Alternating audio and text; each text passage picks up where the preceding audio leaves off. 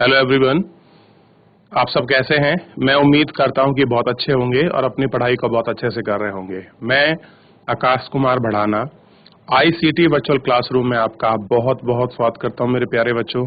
और जैसे आपको पता है 10th क्लास है और 10th क्लास के अंतर्गत हम देख रहे हैं अपनी बुक भारत और समकालीन विश्व। इसके अंतर्गत बच्चों आपको ध्यान होगा खंड सेकंड आपका प्रारंभ हो रखा है और हम लोग इसमें चैप्टर नंबर 3 को आपका देख रहे हैं और चैप्टर नंबर 3 में है भूमंडलीकृत विश्व का बनना।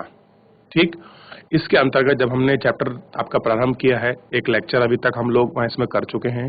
कल का जो हमारा लेक्चर था, आज हम लोग इसका आपका सेकंड लेक्चर कर रहे हैं और हम लोग आपका देख रहे हैं कि कैसे देश दुनिया आपस में मिली है, कौन कौन से ऐसी आपकी चीजें रही हैं, चाहे आपका व्यापार हो, चाहे आपकी यात्राएं हो, और चाहे ज्ञान हो, चाहे वो आपके विद्वानों का हो, चाहे टेक्नोलॉजी का आपका ट्रांसफर हुआ हो, और हम लोग आपका किस प्रकार से एक दूसरे के पास आए हैं, कैसे हम ग्लोबलाइज हुए हैं। और साथ ही साथ जब हम लोग आपका ग्लोबलाइज हुए हैं तो कुछ इम्पैक्ट चाहे उनकी आपका संस्कृति के हो, चाहे उनके खान पान के हो, हम पर पड़ते हैं और उनका हम पर पड़ता है। इसको हम लोग आपका देख रहे थे। हमने कल आपका सिल्क रूट के विषय में पढ़ा। आज हम लोग वो आपका देख रहे थे कि आपका कैसे खाने पीने की चीजों में उनका प्रभाव पड़ता है। इन सारी चीजों को हम लोग देखेंगे। चलिए, तो मैं उम्मीद करता हूं मैंने एक छोटा सा काम दिया था आपको, अगर किसी बच्चे ने आपका टास्क अच्छे से कंप्लीट किया हो कि ऐसी कौन सी 10 आपकी डिश हैं, व्यंजन हैं जो पहले हमारे खाने में नहीं थी लेकिन वर्तमान समय में वो आपके प्रचलित हैं। 10 में से अगर आप 5 भी बताएं तो बहुत अच्छा होगा। कोई भी बच्चा अगर बताना चाहे तो। चलिए, हम चलते हैं डिजिटल बोर्ड की तरफ। देखिए, सबसे पहले हम लोग अपने लेक्चर के अंतर्गत हम लोग बात की थी आपके आधुनिक युग से पहले कि हमारा जो मॉडर्न टाइम था उससे पहले क्या था, उसकी हिस्ट्री में थोड़ा जो हिस्ट्री रही है उसको हमने पढ़ा कि वैश्वीकरण क्या था, कैसे लोग पास आए, उसकी जो आपकी चीजें थी उन सबको हमने इस अपने लेक्चर के माध्यम से उसको पढ़ा और वो आपका समझा था। ठीक है, और मैं उम्मीद करूंगा कि मेरे सभी बच्चों ने लेक्चर को बहुत अच्छे से पढ़ा होगा और आपका देखा होगा। देखिए, इतिहास के दौरान मानव समाज एक दूसरे के नजदीक आते गए, तो प्राचीन काल से यात्रा, व्यापारी, पुजारी, आपका तीर्थ यात्री, ज्ञान, अवसरों की आध्यात्मिक शांति के लिए, उत्पीड़न आपकी यातनाओं से बचने के लोग क्या करते थे, लोग दूर दूर की आपकी यात्राएं करते थे। और ये इन आपकी यात्राओं में क्या होता था, चाहे आपके पैसे हो, चीज हो, हुनर हो, टेक्नोलॉजी हो, चाहे आपकी बीमारी हो, ये क्या होती थी, आपका ट्रांसफर होती थी। ठीक, इनको हम लोगों ने देखा। अब देखिए, फिर हम लोगों ने पढ़ा था कि आपका रेशम मार्ग क्या था, आपका सिल्क रूट क्या था, हमने आपका जोड़ी उससे पूरी चीजें जो उसका आपका इतिहास है हमने उसको देखा। और फिर मैंने आपसे कहा था कि मैं भी आपको बताऊंगा कि आपका सिल्क रूट वर्तमान में भारत और चाइना के बीच क्यों डिस्ट्रीब्यूट है, क्यों आपका विवाद का कारण बना हुआ है। आप भी पढ़ें और मैं भी आपको पढ़ाऊंगा। ठीक है बच्चों, अब देखिए, अब हम बात कर रहे थे भोजन की यात्रा पर। अब हम भोजन की यात्रा में हम बात कर चुके थे आपका कि कैसे आज जो हमको झटपट जो हम आपका रेडी कर लेते हैं अपने खाने को बहुत जल्दी, उसमें क्या चीज है ऐसी और कौन कौन से जो उसमें जो आपके व्यंजन हैं उनमें जो अलग अलग प्रकार की चीजें हैं वो अलग अलग आपका भागों से हमको मिलती चली आई हैं। इसमें 2 एग्जाम्पल दिए थे, इस पे घेती और आलू का हम लोगों को एग्जाम्पल्स मिले थे और हम लोग आपका बच्चों यहाँ तक पढ़ चुके थे। आइए इससे आगे बढ़ते हैं। इस पे घेती और नूडल्स एग्जाम्पल ले लो। अब मुझे बताइए, क्या नूडल्स जो हैं बच्चों, क्या हमारी डाइट में या हमारे भोजन का पार्ट थे आज से 10-20 साल पहले? 10, मैं कहूंगा मैक्सिमम आपका 10-15 साल पहले तो नहीं थे। ये हमारे ग्लोबलाइजेशन का ही आपका इम्पैक्ट है जो ये हमारे खाने का पार्ट बन गए हैं।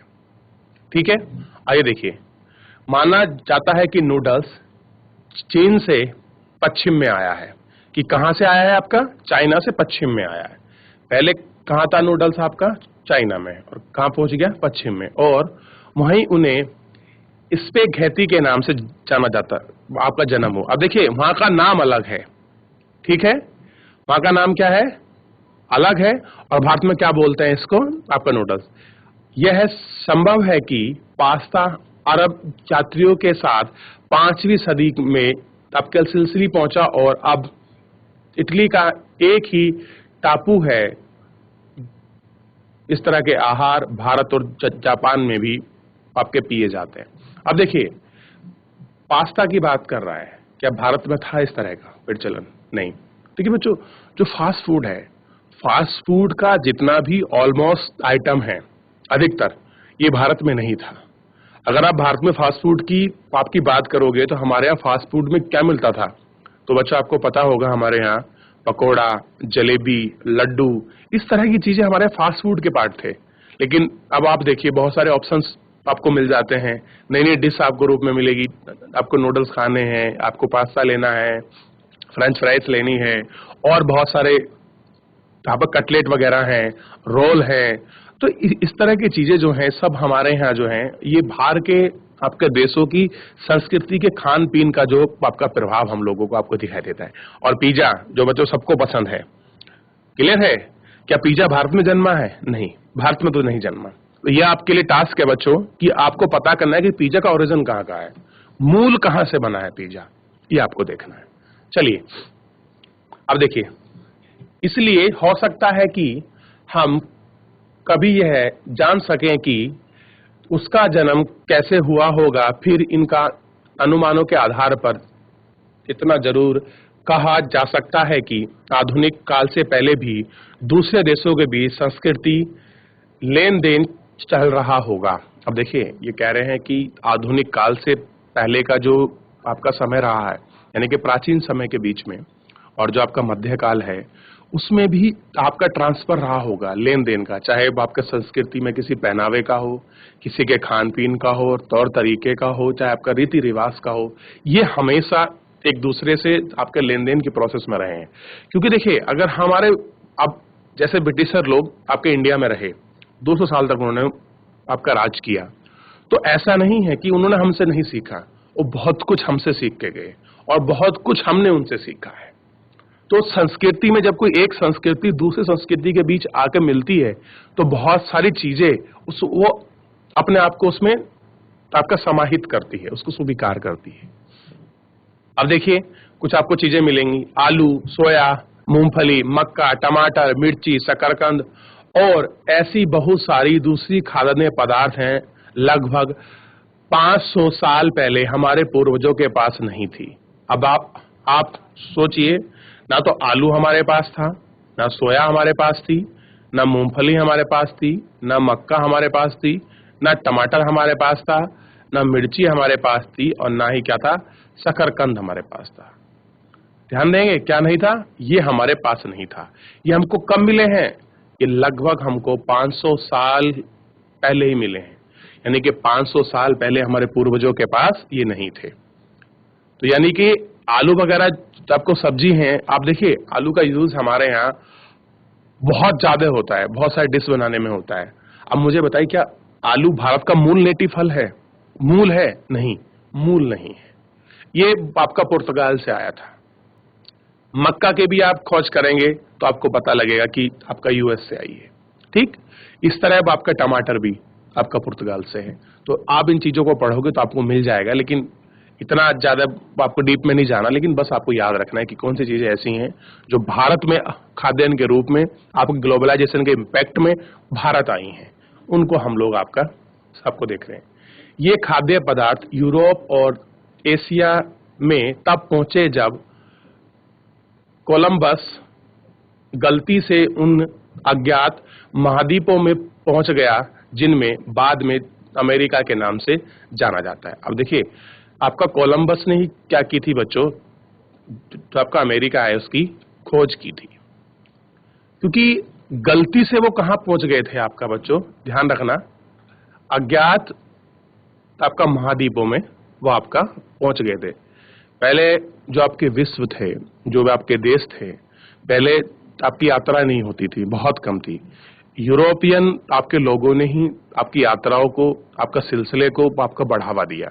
भारत का ट्रेड हमेशा जो भी हुआ है वो आपका अरब कंट्री जो है, मिस्र, ओमान, कतर, बहरीन, हमारा ट्रेड आपका ज्यादातर आपका इनके साथ था, या अगर आप बात करेंगे प्राचीन काल के समय में, तो आप देखेंगे जो आपका मलेशिया, जो आपका मलाय, जो आपका प्रायद्वीप है, काम्बोडिया, इन सारे देशों के साथ हमारा रहा। यूरोपियन में जो हमारा ट्रेड गया है, या पूरे देश में जो आपको पता लगा कि ये भी आपका देश है, ये भी कंट्री है, तो जो लोग आपका खोज कर रहे थे आपका महाद्वीपों की, जाना कहीं और था, आपके पहुंच कहीं और गए थे। इस प्रकार से भी बहुत सारे महाद्वीपों की आपका खोज की गई और पता लगा कि हमारे अलावा भी बहुत सारे ऐसे द्वीप हैं, महाद्वीप हैं, जहां पर लोग आपका निवास करते हैं। अब देखिए, यहाँ अमेरिका का मतलब उत्तरी अमेरिका और दक्षिणी अमेरिका और कैरेबियन आपका द्वीप समूह से है। अब देखिए, दो महाद्वीप तो आपने पढ़े हैं, उत्तरी अमेरिका महाद्वीप और दक्षिणी अमेरिका महाद्वीप। कैरेबियन कंट्री जो है उसके पास का आपका रीजन है कैरेबियन कंट्रियों का, आप इनको पढ़ेंगे, जहां आपका कैरेबियन सी है, आप उसके पास पढ़ोगे रीजन देखेंगे तो हम उनको बोलते हैं कैरेबियन आपका द्वीप समूह। उसमें बहुत सारे देश आते हैं, वर्ल्ड ज्योग्राफी का पार्ट है। दरअसल हमारे बहुत सारे खाद्य पदार्थ अमेरिका के मूल निवासी यानी कि अमेरिकन इंडियनों के हमारे पास आए। अब देखिए, बहुत सारी ऐसी खाद्य चीज थी जो भारत तक आपके पहुंचने में क्या था, तो कुछ ऐसे लोग थे जो आपके अमेरिका के आपके मूल निवासी थे, यानी क्या थे, अमेरिकन इंडियनों से क्या आई है बच्चों, हमारे पास आई है।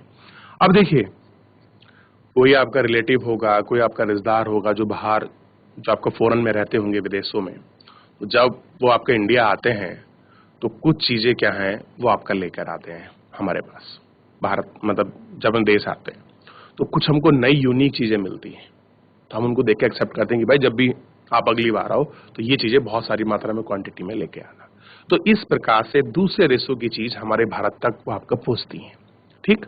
और वो चाहे वो लोग वहां के आपका परमानेंट हो, भारत में आप कुछ समय के लिए आए हों, या हम लोग वहां गए हों, तो वो आपका किसी न किसी प्रकार से वो आपका हम तक आपका पहुंच जाती है। कई बार नई फसलों के आने से जीवन में जमीन आसमान का फर्क आ जाता है, और कह रहे हैं कि जब कुछ आपकी नई फसलें आती हैं तो हमारी लाइफ में जीवन और आसमान का क्या आ जाता है, फर्क आ जाता है, यानी कि बहुत बड़ा गैप हमको दिखाई देता है।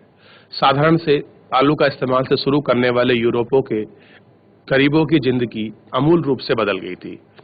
उनका भोजन आपका बेहतर हो गया, उनकी औसत उम्र आपके बढ़ने लगी। आलू के इस्तेमाल करने से क्या हुआ था, जो आपके यूरोप के जो आपके गरीब लोग थे उनकी जिंदगी में क्या हो गया था, अमूल परिवर्तन। अमूल बोलते हैं बहुत बड़े लेवल पर।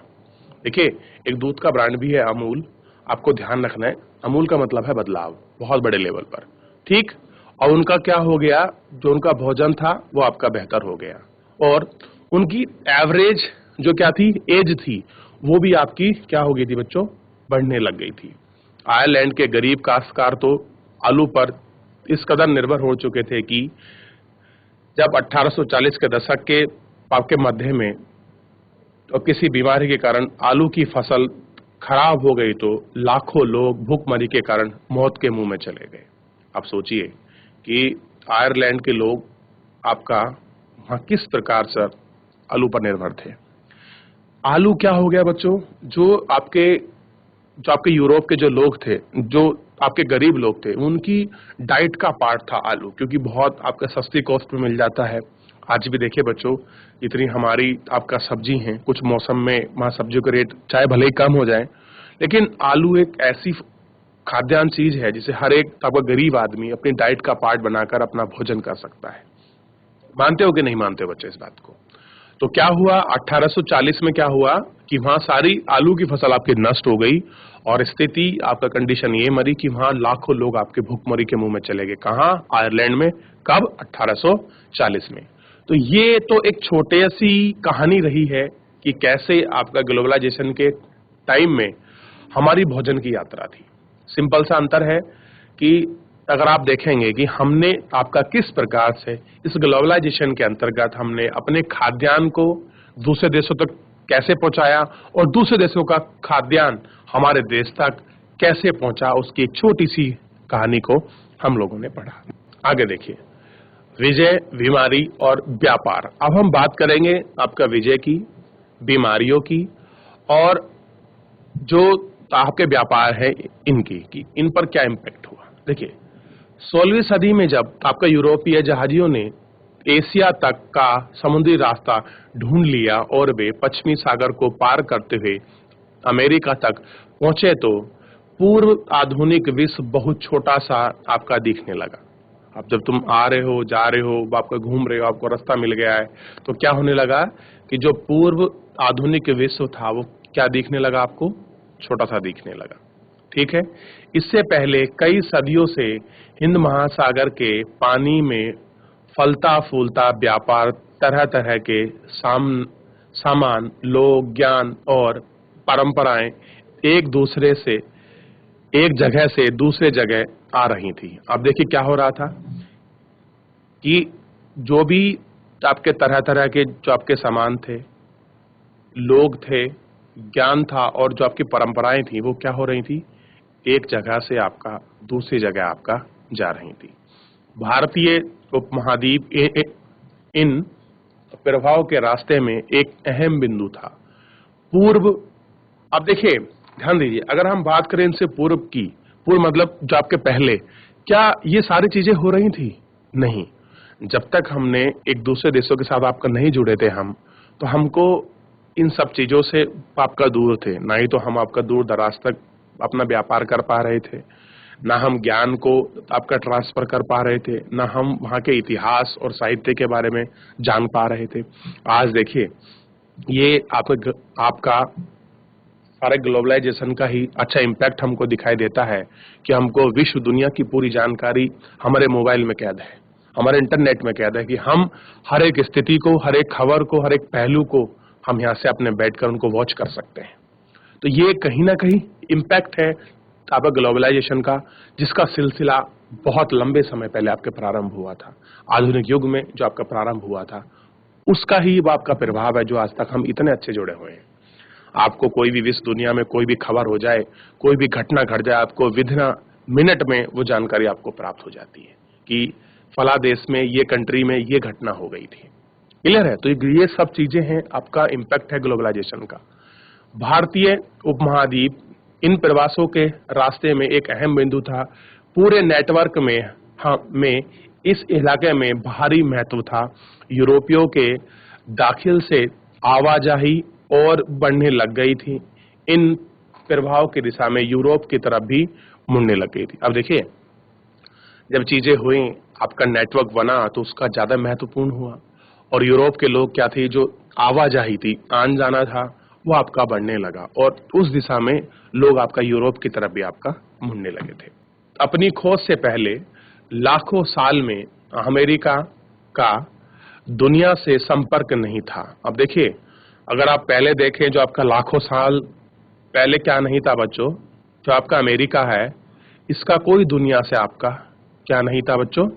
संपर्क नहीं था। अब देखिए जब संपर्क नहीं था तो लोग क्या जानते होंगे अमेरिका के बारे में, उसकी संस्कृति के बारे में, उसकी परंपरा के बारे में, उसके व्यापार के बारे में, उसकी खाद्यान्न चीजों के बारे में। लेकिन 16वीं सदी से उसकी विशाल भूमि, बेहिसाब फसलें व खनिज पदार्थ, हर दिशा में जीवन का रूप रंग बदलने लगे। कह रहे जैसे आपकी 16वीं सदी आई, जो उसकी विशाल भूमि थी, जो उसकी बेहिसाब आपकी फसलें थी, जो वहाँ गेहूं मक्का होती थी और बहुत सारे ऐसे खनिज पदार्थ थे जिन्होंने क्या कर दिया, हर दिशा में आपका रूप रंग आपका बदल दिया। क्योंकि आपका ट्रेड होने लगा तो वहां की चीजें आपके देश दुनिया में हर कोने तक आपकी पहुंचने लगी। आज के पेरू और मेक्सिको में मौजूद खानों से निकलने वाली कीमती धातु, खास तौर पर चांदी, मेक्सिको में और आपका पेरू में, क्लियर है बच्चों, आपका जो है चांदी निकलती है। और ये चांदी क्या होती है आपका, देखिए पूरे भारत में क्या आपके पूरे विश्व में पहुंचती है, ने यूरोप की संपदा को आपका बढ़ाया और पश्चिमी एशिया के साथ होने वाले उनके व्यापार की गति प्रदान की। अब देखिए क्या हो रहा है बच्चों, मेक्सिको में और आपका पेरू की जो आपके खदाने से, उनसे क्या निकलते थे, आपके खास तौर की धातु से आपकी चांदी निकलती थी। और इससे क्या हुआ, ये चांदी आपका पूरे बाहर जाती थी और कहाँ जाती थी, खास करके जो आपका एशिया है, और एशिया में भी आपका पश्चिमी एशिया। तो क्या होने लगा, व्यापार की गति आपकी बढ़ने लगी। 17वीं शताब्दी के आते आते पूरे यूरोप में दक्षिण अमेरिका की धन संपदा के बारे में तरह तरह के किस्से बनने लगे। जैसे आपकी 17वीं शताब्दी आई तो 17वीं शताब्दी पहुंचने तक आपके अलग अलग प्रकार के जो आपके किस्से थे वो बनने लगे, वो कहानियां बनने लगी कि वो इतना मालदार है, वहाँ ऐसा है, ये कंट्री में ये चीजें हैं। अब आप इसको समझ सकते हैं। अब देखिए, जब आपका किसी प्रकार से कोई देश है अगर वो धनवान बन जाए, संपदा पूर्ण उसमें हो, सारी चीजें हों, तो बताइए बच्चों, जब अब साथ में उसका ट्रेड भी हो रहा है तो उस देश का नाम विश्व में होगा कि नहीं होगा? तो जाहिर सी बात है बच्चों, जब कोई देश अच्छा ट्रेड कर रहा है, खाद्यान्न फसलों का भी ट्रेड कर रहा है, खनिज तत्वों का भी आपका ट्रेड कर रहा है और हर चीज से फल फूल रहा है, तो उस देश का नाम होना स्वाभाविक है। कीप दादियों की बदौलत वहां के लोग एल डोराल्डो को सोने का शहर मानने लगे और खोज में बहुत सारे खोजी अभियान शुरू हो गए। अब क्या हो गया कि बहुत सारे खोजी जो अभियान थे आपके शुरू हो गए कि हमको नई नई चीजों को आपका खोजना है। 16वीं सदी के मध्य आते आते पुर्तगाली और स्पेनिश आपकी सेनाओं की विजय का आपका सिलसिला शुरू हो चुका था। उन्होंने अमेरिका को उपनिवेश बनाना शुरू कर दिया। अब देखिए, ध्यान दीजिए, अमेरिका भी क्या रहा है आपका उपनिवेश। भारत की तरह ही अमेरिका भी क्या रहा है बच्चों, आपका गुलाम रहा है। ठीक है, और इसकी शुरुआत कौन कर रहे हैं आपके, ध्यान देना है बच्चों, आपको पुर्तगाली और स्पेनिश आपके लोग कहां रहे हैं, अमेरिका पहुंच रहे हैं। यूरोपीय सेनाएं केवल अपनी सैन्य ताकत के दम पर नहीं जीती,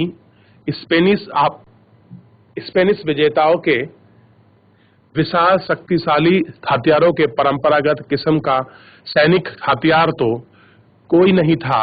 यह हथियार चेचक जैसे कीटाणुओं थे।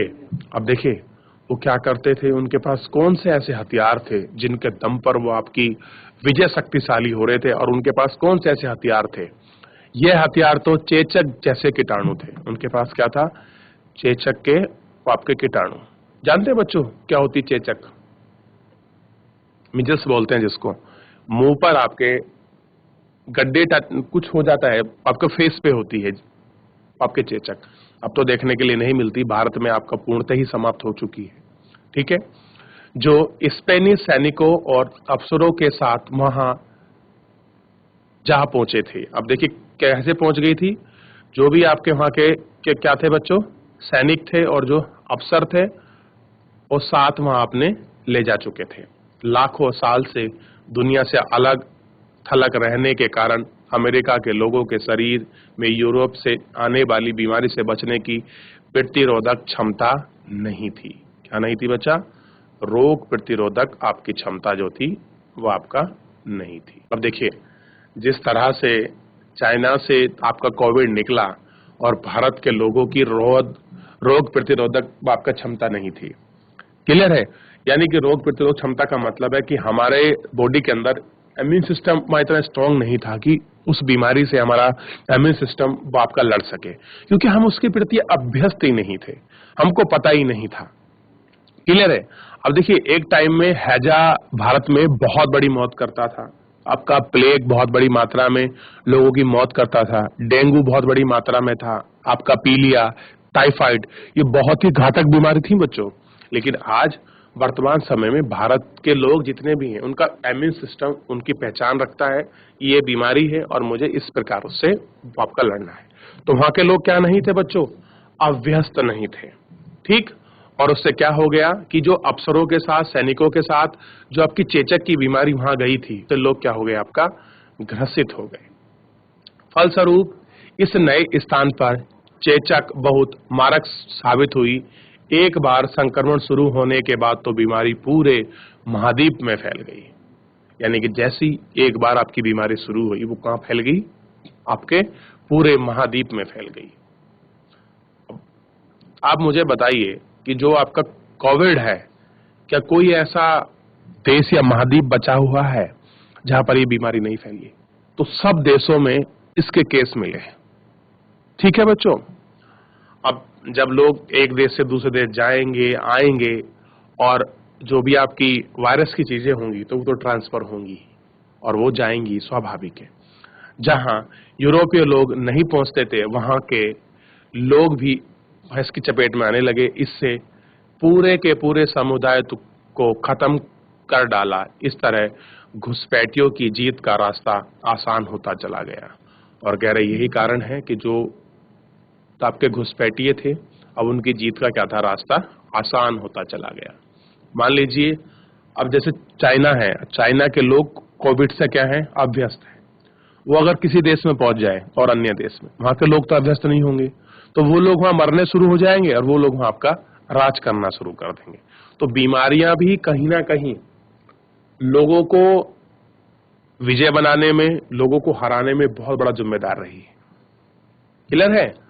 बंदूकों को खरीद कर या छीन कर हमलावरों के खिलाफ भी इस्तेमाल किया जा सकता था, पर चेचक जैसी बीमारियों के मामले में तो ऐसा नहीं किया जा सकता, क्योंकि हमलावरों के पास उसे बचाने का तरीका भी था और उसके शरीर रोग प्रतिरोधक क्षमता भी विकसित हो चुकी थी। अब देखिए, अब उनके पास उसके बचाव का तरीका भी था और ऐसा उनके पास इम्यून सिस्टम भी था जो उसको पूरा आपका डेवलप कर सके। उनके पास सब कुछ था, लेकिन नए लोग क्या नहीं थे, अभ्यस्त ही नहीं थे, तो उनके पास आपका बचाव का तरीका ही नहीं था। ठीक है? तो इस तरह से ये सारी चीजें क्या हुई, आपका शुरू हुई। तो बच्चों, आपका इस तरह से जब हम लोग आपके ग्लोबलाइज हुए तो बहुत सारी आपकी बीमारी, आपका संस्कृति, आपकी परंपरा की चीजें और इस तरह के आपके कार्य बहुत आसानी से आपका ट्रांसफर हुए। क्योंकि जब हम लोग आपका ग्लोबलाइज होते हैं तो एक देश के साथ, वहाँ के लोगों के साथ, वहाँ की संस्कृति के साथ हम लोग जुड़ते हैं और जिसका इम्पैक्ट हम लोगों को दिखाई देता है। और इसका सबसे अच्छा एग्जाम्पल आप कोविड से अच्छे से आपका समझ सकते हैं बच्चों। और जैसे मैंने आपको बताया कि बहुत सारी खाद्यान्न फसल ऐसी थी जो लगभग 500 साल पहले हमारे पास नहीं थी। हमने आलू के बारे में पढ़ा, हमने मक्का के बारे में पढ़ा, हमने टमाटर के बारे में पढ़ा। क्लियर है बच्चों? इन सारी चीजों की हम लोग आपका बात कर रहे थे जो लगभग हमारे 500 साल पहले नहीं थी। ये सारा इम्पैक्ट हमको ग्लोबलाइजेशन के आपके प्रभाव के कारण ही हमको दिखाई देता है। और हमारे खाने पर, हमारे रहन सहन पर, हमारे जीवन पर, हमारे पहनावे पर इस प्रकार का प्रभाव बहुत ज्यादा हम लोगों को आपका दिखाई देता है। आप इसको बहुत अच्छे से आपका समझ सकते हैं कि हमारी जो अपनी परंपरा थी, हमारे उसके यहाँ क्या था पहनावों में। तो बच्चों, धोती कुर्ता हमारे यहाँ आम प्रचलित था, लेकिन आज वर्तमान समय में देखिए आपका कितने प्रकार की पहनने की आपकी चीजें हैं जो हम लोगों को उपलब्ध हैं। तो ये कहीं ना कहीं आपको ग्लोबलाइजेशन का ही एक आपका बहुत बड़ा प्रभाव हमको दिखाई देता है। क्लियर है बच्चों? तो मैं उम्मीद करूंगा कि आप सब इस लेक्चर को रिवीजन करिए और किसी प्रकार कोई डाउट है तो आप हमसे जरूर पूछिए। तो बच्चों, अपना ध्यान रखिए, स्वस्थ रहिए और अपनी पढ़ाई को बहुत अच्छे से करते रहिए। मुझसे जुड़ने के लिए आपका बहुत बहुत धन्यवाद।